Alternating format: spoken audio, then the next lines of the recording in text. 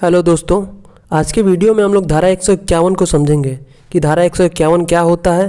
और धारा 151 होने पर कोई व्यक्ति कैसे जमानत पा सकता है और उस पुलिस अधिकारी के खिलाफ जिस पुलिस अधिकारी ने किसी व्यक्ति को अवैध तरीके से गिरफ्तार किया है उसे कैसे सबक सिखाया जा सकता है। सीआरपीसी की धारा 151 पुलिस अधिकारी को यह शक्ति देता है कि वह मजिस्ट्रेट के आदेश के बिना और वारंट के बिना भी किसी व्यक्ति को गिरफ्तार कर सकता है यदि उसे यह लग रहा हो कि कोई व्यक्ति संज्ञेय अपराध कारित करने वाला है, तो उस अपराध को कारित होने से रोकने के लिए उस व्यक्ति को गिरफ्तार कर सकता है और गिरफ्तार किए गए व्यक्ति को 24 घंटे के भीतर मजिस्ट्रेट के समक्ष ले जाएगा।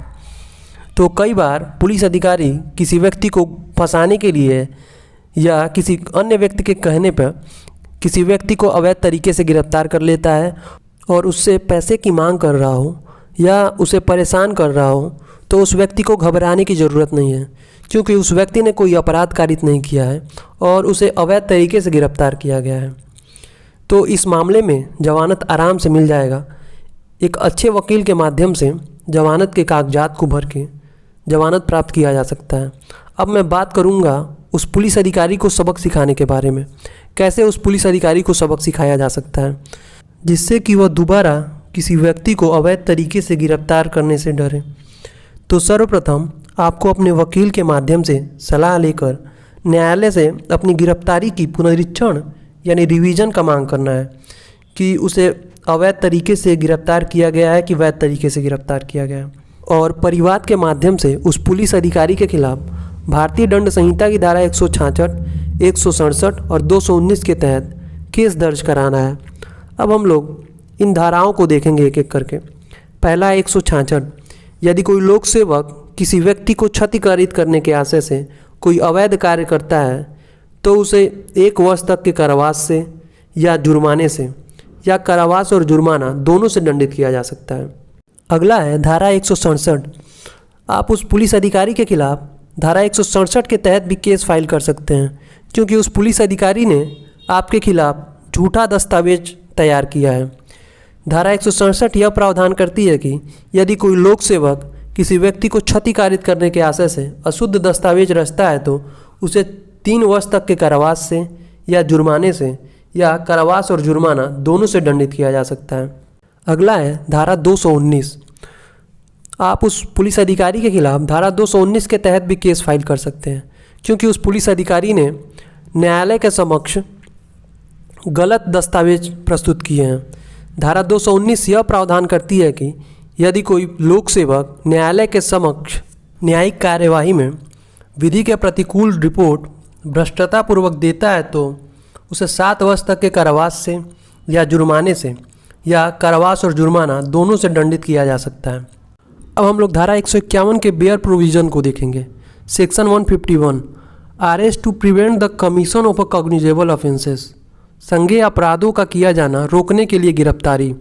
Subsection 1, a police officer knowing of a design to commit any cognizable offence may arrest without orders of a magistrate and without a warrant the person so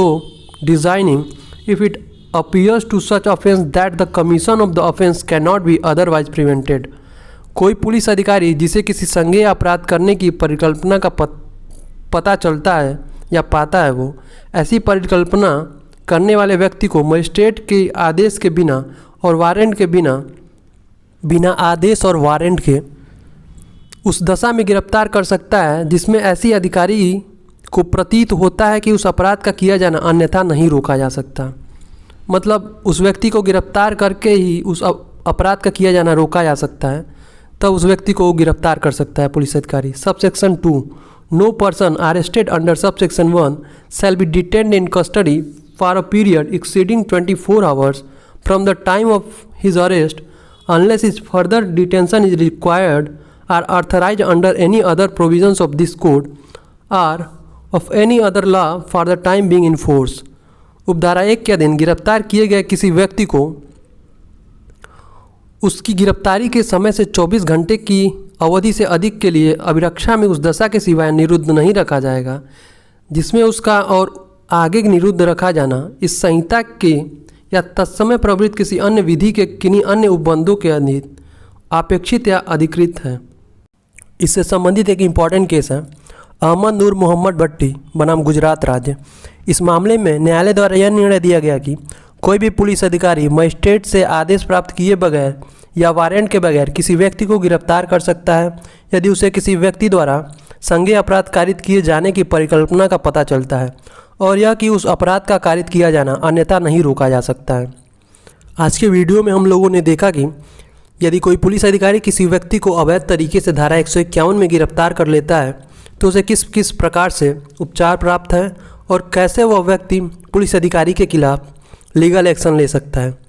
धन्यवाद दोस्तों, वीडियो अच्छा लगा हो तो लाइक करें, चैनल को सब्सक्राइब करें और शेयर करें।